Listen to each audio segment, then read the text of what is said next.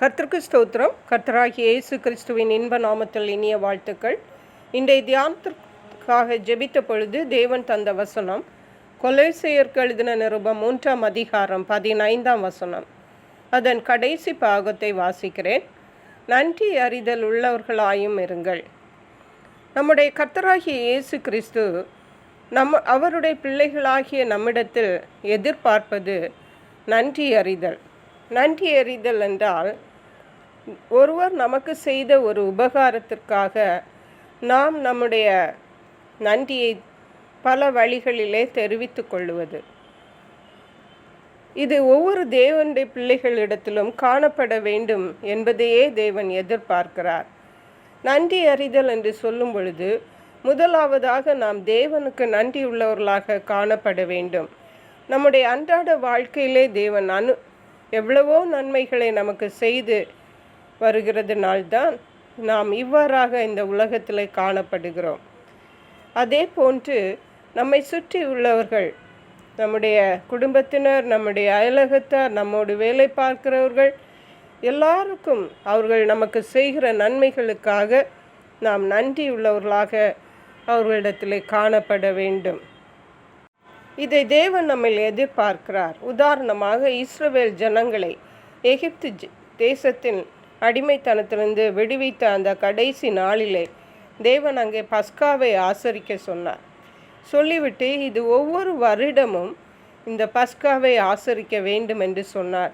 ஏனென்றால் தேவன் எகிப்திலிருந்து அவர்களை விடுவித்த அந்த நாளை ஒவ்வொரு நாளும் நினைவு கூற வேண்டும் என்பதே தேவன் எதிர்பார்க்கிறார். அதே போன்று தேவன் நமக்கு செய்கிற நன்மைகளை நாம் நினைத்து அதற்காக நன்றி உள்ளவர்களாக, தேவனை மகிமைப்படுத்துகிறவர்களாக, தேவனை துதிக்கிறவர்களாக காணப்பட வேண்டும். தாவீது ராஜா கூட சொல்லி இருக்கிறார், கர்த்தர் எனக்கு செய்த நன்மைகளுக்காக அவருக்கு எண்ணத்தை செலுத்துவேன், இரட்சிப்பின் பாத்திரத்தை எடுத்துக்கொண்டு கர்த்தருடைய நாமத்தை தொழுது கொள்ளுவேன் என்று சொல்லுகிறார். நம்முடைய வாழ்விலே தேவன் செய்த நன்மைகளை நாம் எண்ண போனால் அவைகள் எண்ணுக்கடங்காதவைகள். அப்படிப்பட்ட நன்மைகளை பெற்று அனுபவிக்கிற நாம் தேவனுக்கு நன்றி செலுத்தாமல் எப்படி இருப்பது? நாம் எப்படி அமைதியாக இருக்க முடியும்? எப்படி தெரியாதவர்கள் போல் இருக்க முடியும்? ஆகவே தேவனை நம்முடைய வாழ்க்கையிலே அவர் செய்த நன்மைகளை நினைத்து சொல்லி அவரை துதித்து பாடி மகிமைப்படுத்த வேண்டும். கர்த்தராகிய இயேசு கிறிஸ்து மனித ரூபமாக இந்த உலகத்தில் இருந்த நாட்களில் கூட 10 குஷ்டரோகிகள் அவரிடத்திலே வந்து சொஸ்தமானார்கள்.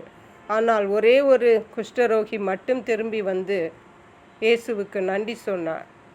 அவன் அதுவும் சமாரியனாயிருந்தான். அப்பொழுது இயேசு கேட்டார், மற்ற 9 பேர் எங்கே என்று. இதிலிருந்து